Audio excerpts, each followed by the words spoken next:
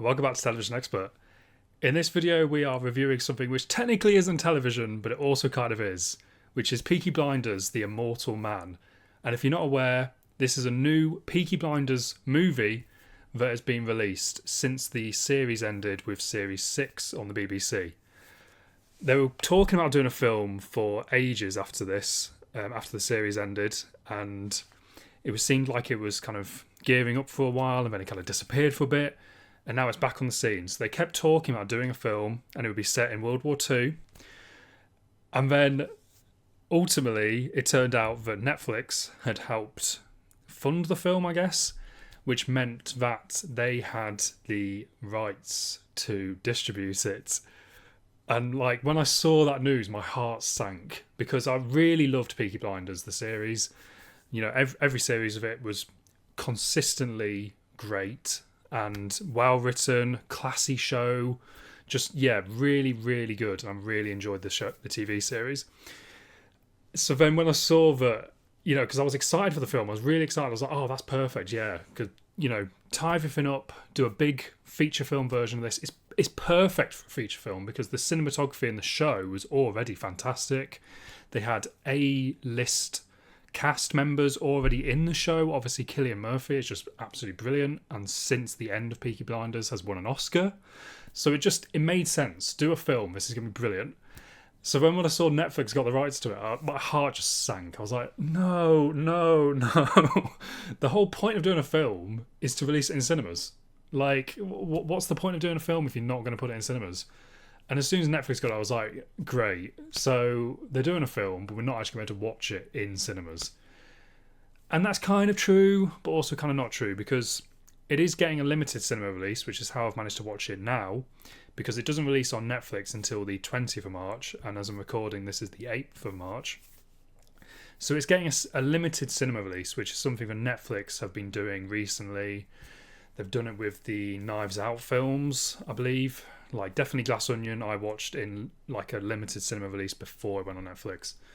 So this is something Netflix are doing a little bit, but they're not like fully releasing the film. So Peaky Blinders, if you want to watch it in cinemas before it comes out on Netflix, you can't watch it in View, you can't watch it at Odeon, which are like the two biggest cinema chains in the country.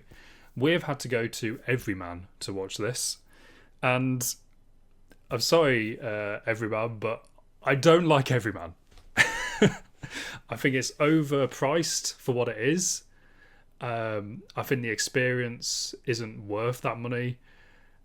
Yeah, it kind of, when I see a film is only available at Everyman, I'm genuinely gutted, because particularly for me, like View in our area is brilliant.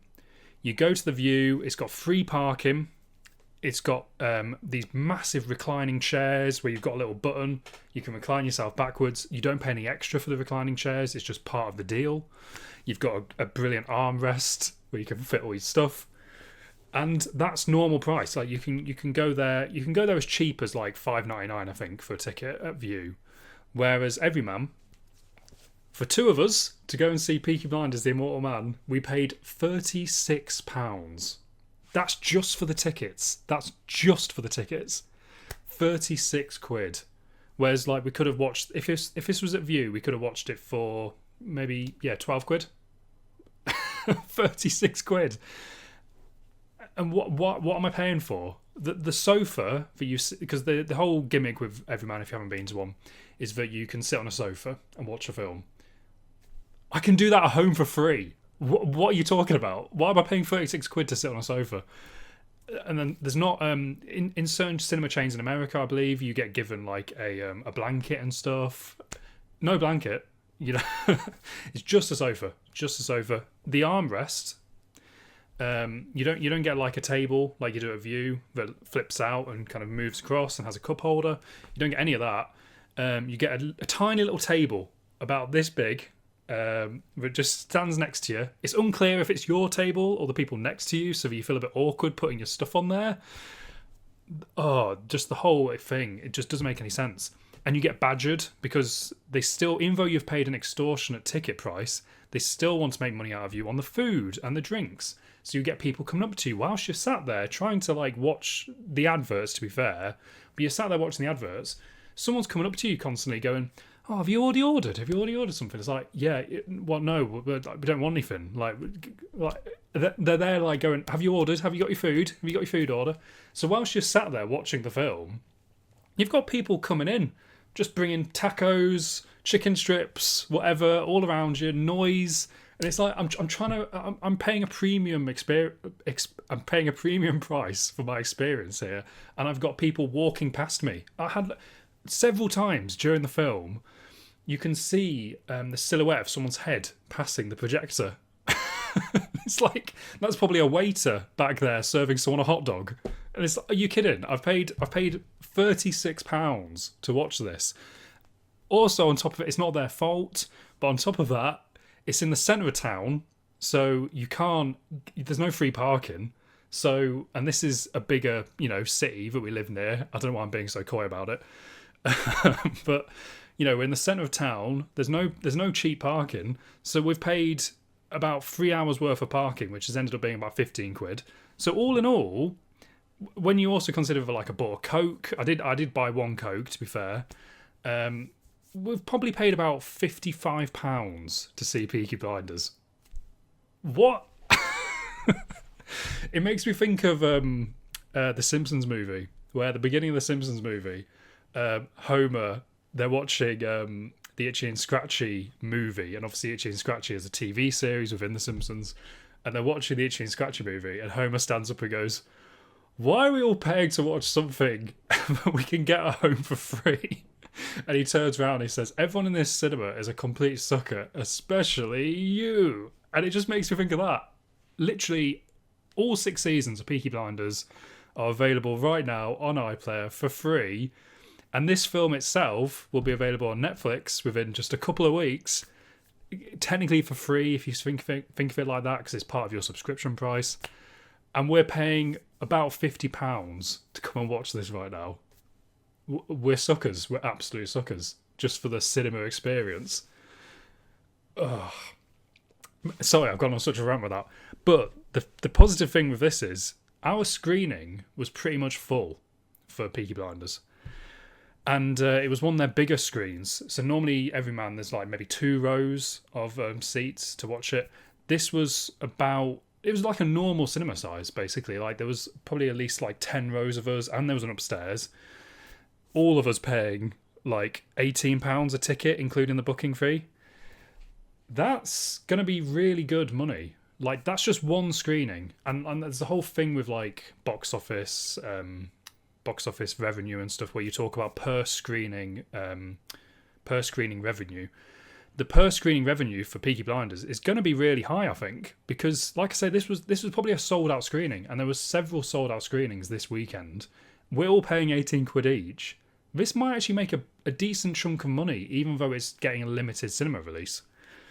And I was just sat there thinking, this could have made money. This could have made so much money. Like, if Netflix didn't get this and someone else got it, like a traditional cinema chain, Warner Brothers, Paramount, I don't know, someone, it's just a normal cinema kind of like production company. I think this could have made at least 5 million opening weekend in the UK, just in the UK alone. Probably looking more like 10 million. I don't know. Like it's kind of hard to tell, but I don't know what the budget for this was. But I think if it wasn't Netflix, this could have been a genuinely profitable film on its own. It didn't need to have a Netflix deal. So it's a shame. It's a shame when you think about cinema and people aren't going out to the cinema as much. And here's something that could have drawn people in, that there was clearly an audience for, including myself, including other people, that were excited for this and would have paid money to go and see it properly in the cinemas worldwide. Such a missed opportunity. But we've not even really spoken about the film itself. I do think it was very good. My initial impression was very good. I felt very satisfied with it. Obviously, we'll try and talk about non-spoilers first and then get into spoilers later on. And I would say don't get spoiled for this. Like, really try and avoid spoilers. If you're going to watch this on Netflix on the 20th of March, don't watch the rest of this video, to be honest, because I think you want to go in blind, especially if you're a fan of it. So, yeah, please. And if you're someone who knows, obviously, what happens, or you watch the rest of this video and you knows what happens, then don't go spreading it around. Because, obviously, I've gone into this not knowing what happened. And I've been very, surprised by the twists and whatever. And it's been really good. So yeah, I hope people don't get spoiled. And obviously I do understand that if I do talk about the spoilers at the end, that I'm contributing to that a little bit. But like I said, spoiler warning, do not watch this if you don't want spoilers. But yeah, I think it's brilliant. I felt really satisfied by it. And I think it's a good full stop to the series. And especially if you've followed the journey of like Tommy Shelby over the last like 6 seasons, I think this definitely, it doesn't ruin anything. I think it's a nice little epilogue or whatever to the series and just kind of goes, right, that's the end of it now. I've seen some people complain that it feels like a long TV episode. I can sort of understand their comments with that, but I kind of disagree. I think this was directed brilliantly. I think it feels like a film, definitely. I think even just the cast alone, this is A-list cast we've got here. We've got Cillian Murphy, hot off his like Oscar win, brilliant. He's absolutely brilliant in this. He doesn't like drop a beat. Still feels like Tommy Shelby. It just feels, he's perfect in this role. And then the supporting cast, like they've really got some like top talent in here. We've got Rebecca Ferguson, who's like been in so many big films recently, Mission Impossible, the Dune films. Yeah, she's in this. It's like she's a relatively small role, but like that's a brilliant get for the film. And then obviously Barry Keoghan. Who I think he's one of those weird people where he's become very popular in recent years and people are now sort of starting to go off him, I think. But I would say in this, because he's playing, I don't even know, is that a spoiler who he's playing? Maybe we'll try and avoid if you don't know who he's playing. But he plays quite a major role in this. And I think he's brilliant. He brings, especially in the first half of the film, he brings a lot of gravitas to it. And he's definitely like a worthy addition to the cast. And I think it's interesting. He probably has the biggest character arc in this, where he begins very confident and kind of Tommy Shelby-esque, but then kind of goes on like an emotional journey, and you see him at his weaker points, and then you kind of see a bit of a turn in him towards the end. Yeah, I think he plays it really well. And I'm not particularly, I've not seen a lot of his other films. I've seen him in a couple of things and not been like blown away by him. But I think in this, he is very, very good and does a good performance. And then you just have other people sort of turn up, like Stephen Graham, who's just brilliant at everything. He's been in Adolescence recently. So yeah, the casting is brilliant.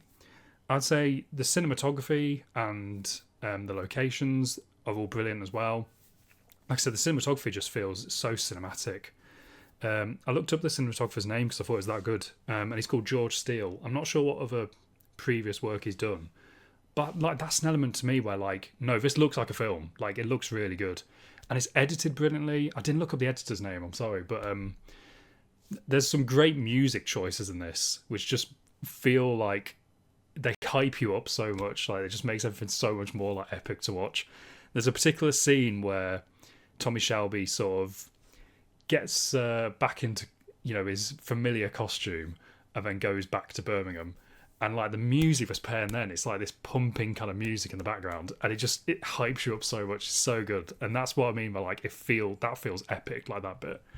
There's also some great like action moments, and there's a great like storyline kind of going on that's related to World War II, because obviously this film is now set in World War II. And it's about, how many years is it after the series ended? About 6 years or something after the series ended. So it's kind of picking up on that, and it's kind of looking at where Tommy Shelby is now and where his family is now. There's a great World War II storyline in this, which is like based off of true events, which feels like perfect for the Peaky Blinders setting. And yeah, all of that I think is brilliant. And like I said, it does feel like a film. So if you're worried about that, in my personal opinion, this does feel like an actual film and has more of a gravitas to it that you kind of get from like a feature film. The whole return of Tommy Shelby is done so well, and there's probably the best scene in the film, and I think some of it's in the trailer, is when he comes back to the Garrison pub for the first time. and it's just done so well. And like in our screening, everyone was laughing at this particular point, and it's just it's so good. Like he feels like that epic Tommy Shelby character still. Like there's so many ways this could have been ruined, and people might not have enjoyed it.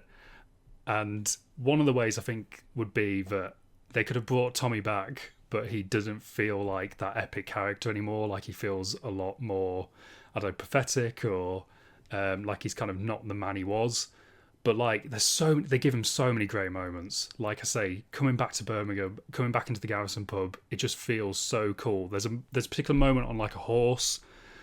I'll try not to spoil that, but there's a particular music choice when he's on that horse. And that moment is just absolutely epic. It does deliver some really, really great moments. But I think we've kind of spoken about it enough without spoilers now. But I think we'll get into the spoilers. But yeah, just before that, like, yeah, I would definitely recommend this. And like I said, my first impression was being very satisfied. But there is some moments where, as a sort of fan of the series, you do kind of think afterwards, when you actually like sat down and think about it, you're like, there is some missed opportunities here. And there is some ways that this could have been better, but we'll get into that in spoilers. But yeah, overall though, I would recommend this. So definitely watch it. Yeah, when it comes to spoilers, I think something that's really glaring about this is the lack of Arthur as a character. So Arthur Shelby. I don't know what happened here. Why is he not in it? Is it... Like, I've looked into it a little bit. I don't know how many people know this, but obviously there's the actor for Arthur. He's called Paul Anderson. And it looks like he's had something happen within his personal life. He was fined for the possession of drugs around about the time they were making the film, or maybe gearing up to make the film. And was there a creative decision behind the scenes that let's give him some space and not cast him in the film? Because... obviously his character's in it and has repercussions for the film, but you never actually see the actor, and it does feel like a sort of missed opportunity, because I think for me something that's missing towards the end of the film is, I think like they needed some kind of like a vision towards the end where Tommy would be like visited by someone he knew, and it feels like the most obvious candidate for that would have been Arthur, and I think that scene would have been important just to kind of like, I think he needed to be forgiven by his family. So like if he had a vision of Arthur, or even if you weren't going to do Arthur, even if you did Ada, and she appeared to him in a vision and kind of said, look, I know he's done a lot of awful things to his family. You know, he's killed Arthur at this point. He's killed Michael. And then a lot of the rest of the family have died. Ada's death, you know, you could have argued if he'd come back to Birmingham quicker, he might have been able to save Ada. I think he needed one of the family members to appear and sort of say, look, your sins are forgiven. And then if it happened just before, he kind of sacrificed himself effectively towards the end, like just went all guns blazing to try and like stop the final mission. I think... you could then kind of go, okay, he's like put his past behind him, he's been forgiven by his family, and it's time for him to end. But it feels a little bit like that's missing. And you kind of think, I don't know, it's a bit strange how he killed Arthur, and there's like no kind of topper for that, no repercussion for that. And I just think if in an ideal world you would have had a scene where Arthur would have appeared to him in a kind of dream and said, you know, brother, I understand why you did it, and I forgive you. And I think just that little kind of emotional kind of conclusion would have helped like Tommy's arc in this, because it does feel kind of like his emotional arc is kind of incomplete. Like, I know he has kind of helped his son kind of return back to being more of like a more in the light, like less kind of dark, and stopped his son from helping the Nazis win the war. But I think there needed to be something else in there, just to kind of complete his character fully. Yeah, so it's a bit strange. I think it is missing Arthur in this, and maybe it is just that real world thing of the actor, and that maybe he was having problems in his personal life, and they just thought, right, we can't go there. and recasting that character would have also been a bit awkward at this point. Yeah, I think they could have done something more with that. I think there's also a lack of Tom Hardy. I know he appeared in the final episode of season 6, but I think just another appearance by Tom Hardy might have been good. He was such a amazing character in Peaky Blinders as Alfie Solomon. Maybe just one more time if Alfie was in it. And also, I think something that's kind of missing from this a little bit. Obviously, a lot of the plot is kind of to do with World War II, but I'm kind of surprised there wasn't a bit more to it. It kind of felt like a lot of the series was building up about the rise of fascism, and it kind of seemed like the grand idea of the series was that it was kind of between the two wars, and it kind of how you go from World War One and the generations that then lead up to World War Two, and kind of how you lead up to that and how Britain's changing. I don't know. It didn't feel like this was the most satisfying conclusion to that storyline. Especially because, obviously we got Tim Roth in here, who I think he was good in this. He was a good character, but we've never seen him before. And maybe, it would have been better if we'd seen Oswald Mosley back somehow, to some degree. And another big character that's obviously been throughout the series of Peaky Blinders was Winston Churchill. Winston Churchill was kind of giving Tommy a mission originally to kind of stop the rise of British fascism. None of that's in here, really. It's kind of vaguely connected, but I'm surprised for I don't think Churchill's name was mentioned once in this, and that felt a bit strange. Tommy was very well connected to this man, he'd met him several times, and this is World War II, and Churchill is one of the most iconic figures of World War II. It's kind of strange that he's maybe not in there somehow, and maybe a different way you could have done this was that maybe Tommy's got a letter from Winston Churchill right at the beginning of the film when he's in his kind of ruined mansion, and maybe Churchill's asking him for his help one last time because he's got intelligence about this plot. I don't know, something it feels like you could have connected that in a little bit more. And I think if someone like Churchill or Oswald Mosley was there would be a bit more weight to it. It would feel a bit more connected to everything that was built up in the series before it. Whereas this just kind of feels like a separate mission related to World War II. I think, that could have made it feel a bit more epic in its kind of vision for this film. And as obviously it's a feature film, so you kind of feel it needs a big epic kind of conclusion. And it kind of is. They do kind of say oh, well, if this counterfeit money got into Britain, then it would kind of crash the economy and it would win the war for the Germans. But I don't know, it feels like those characters were kind of missing. So maybe that could have been better. Likewise, just in terms of underused characters, a bit like Tim Roth's character, Rebecca Ferguson. Oh, she's completely wasted in this. She's such a brilliant actress, but they give her nothing to do. I guess that's a bit unfair. There is somewhat to it, but she's a very minor role. I was very surprised because when I saw she was in it, I was like, oh right, she's gonna have a really big role in this because she's a really brilliant actress. And yeah, they don't use her much, do they? And it's kind of awkward how, because Duke's mum has died, it's a bit awkward how she's just oh, I'm her twin sister. It's that's a bit lame. And it's just an unfortunate consequence of the fact that because they've already killed off Duke's mum, that they couldn't bring her back. Because I think Rebecca Ferguson playing Duke's mum would have made more sense. And I know they try and do this kind of thing of oh, her spirit's within me. It was interesting, but it wasn't brilliant, that storyline with her. It's interesting as well. Obviously, it felt like the original idea of this film was to say this is a kind of finale to the entire show. And obviously, something we haven't really spoken about yet is the death of Tommy Shelby. Spoilers. But which I think that's going to be divisive. I think I don't know. I haven't seen many people's reactions to this yet. I don't know what the general feeling is. I don't know if people have really enjoyed this or not really enjoyed this. Like I say, my initial impression was I was very satisfied, and then when I sort of slept on it, I was thinking, I don't know how I feel about some of this. Like I say, the lack of Arthur. I think the World War II plot could have been done better.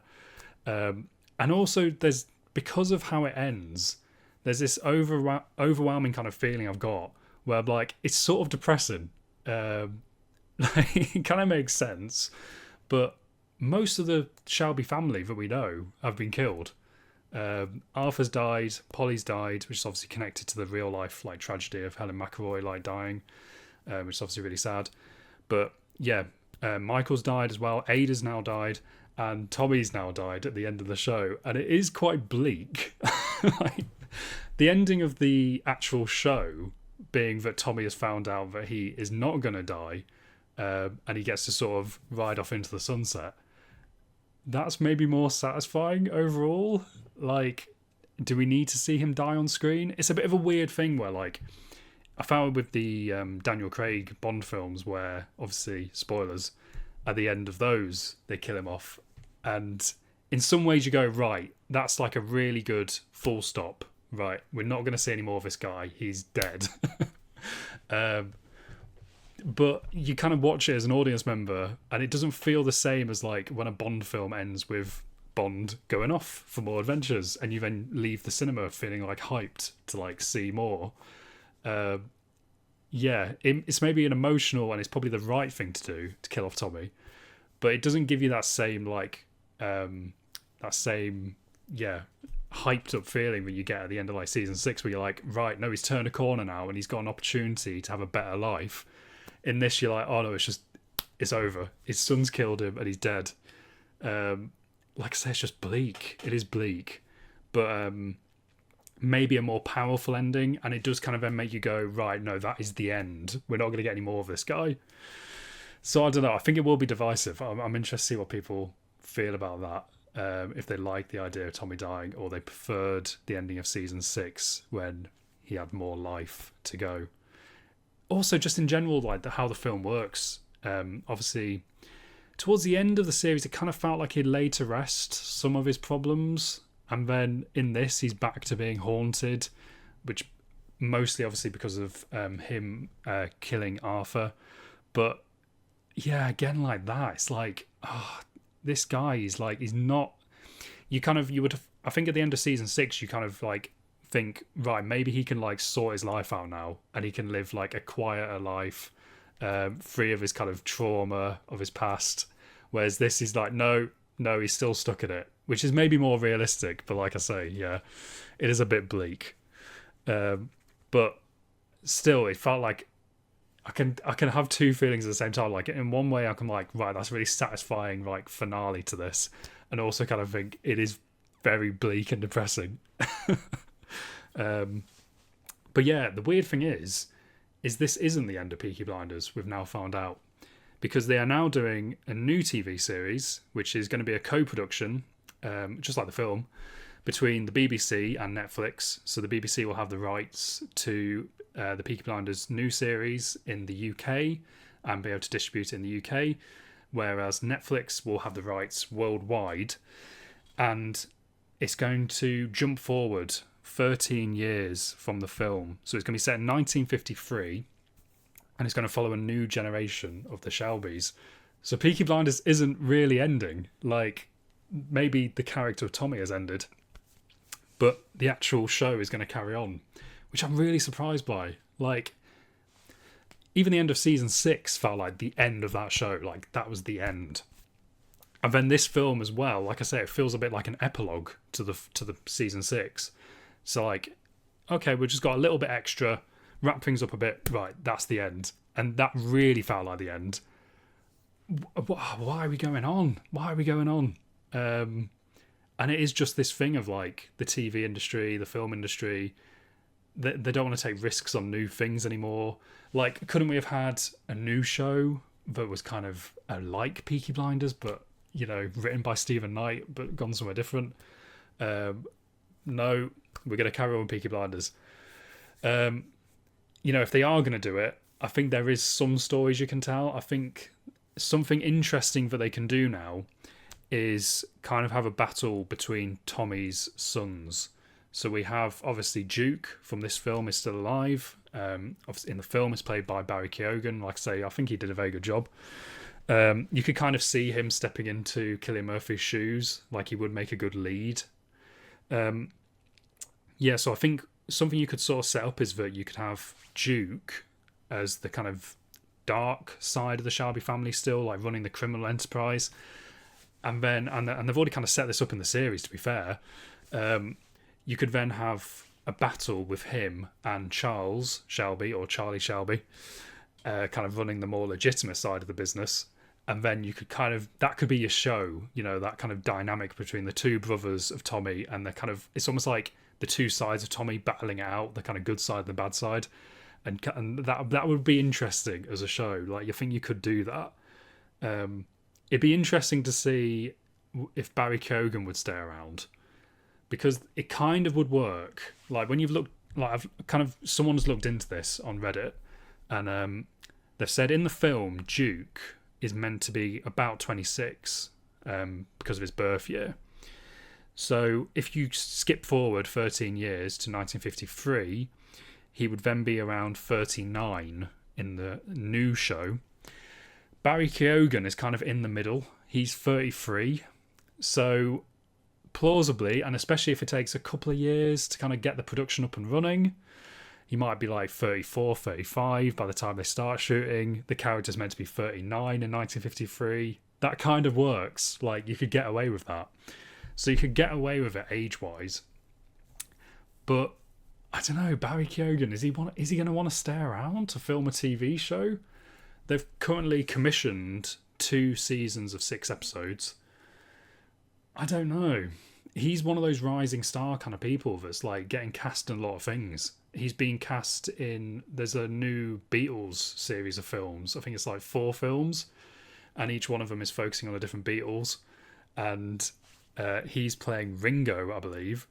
And even just that alone, like, that's going to get him a lot of attention, and maybe even some Oscar buzz. Who knows? He's one of those people that's like, he's going to be very in demand. Is he going to want to then be in a TV show? 12 episodes of a BBC TV show. Well, technically Netflix as well, but maybe, because it does make you wonder, why was he even doing the film? He's quite a good get for the film. And is it because maybe he's a fan of the show? And I mean, he's been given a gift of a character. This is basically the new Tommy, Duke, the way they've kind of set him up. So maybe, and it would be interesting then, do any of the other cast members from this film turn up? Like, could we have more Rebecca Ferguson? Again, like, can you get her for 12 episodes of a TV series? I don't know. I think Stephen Graham, like, it'd be interesting if they could try and keep him around, maybe give him a bit more to do. His character's a bit underwritten, considering how good of an actor he is. But kind of an opportunity is the casting of Charlie Shelby. It does look like he was present at the end of the film, because you do see someone standing there in uniform, and they kind of wrote him out of the film by saying, oh, he's gone to serve in Africa. And there is someone standing there in, like, military uniform. So, and you've kind of got an opportunity there to, like, you could cast someone up and coming for that role, because I think there's a bit of an age difference between Charlie and Duke. So Charlie would be a bit younger. You could cast someone maybe in their 20s, like an exciting new, actor for that role. So I don't know, there is stuff you can do. And the time period would be interesting. It's after the war, so it's kind of going into a new time period, a new generation. So maybe there could be something really good there. Even though, like I say, I'm kind of surprised they're even doing it. But as the actual, like, first era of the show, the Tommy Shelby kind of era, I think this film, like I said, is a satisfying end to it, and it does feel like it's a conclusion. Like, right, we're done with that. And yeah, we'll see what happens with the new show. But I'm really interested to see what other people think of this, because, like I say, I'm really half and half. Like, both my initial impression was like, that's really, really good. I felt really satisfied, and now I'm like, oh, I don't know, there was some missed opportunities there. So I'm interested. I think it could go either way. I think some people could be disappointed by this, and we actually overheard someone as we were walking out say that they were disappointed. So I don't know. It'd be interesting.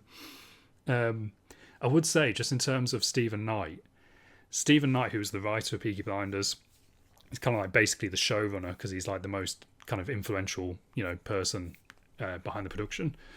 He is now writing the new Bond film, which is making me very, very excited. Because when you're watching this, you're like, oh, he's going to make a great Bond writer. Like there's parts of this which feel like Bond. And there's it's just a small moment, but there's a moment where Cillian Murphy comes down some stairs to go into his like wine cellar, and he's backlit with this kind of orange light, and he's kind of silhouetted by it.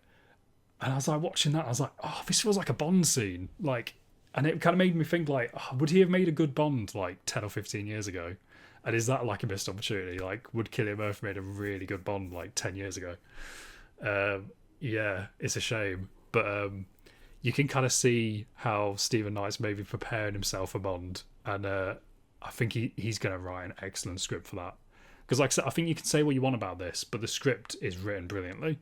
Like, maybe there's some missed opportunities, but like just as an emotional character arc or whatever, it's written fantastically. It's really classy. I think he's perfect for Bond, and I think the combination between him writing the script and Denis Villeneuve, who is like one of the best directors out there right now, it makes me very excited. They just need to not mess up the casting, but apart from that, they've got the best people for it, so it makes you very excited for that as well.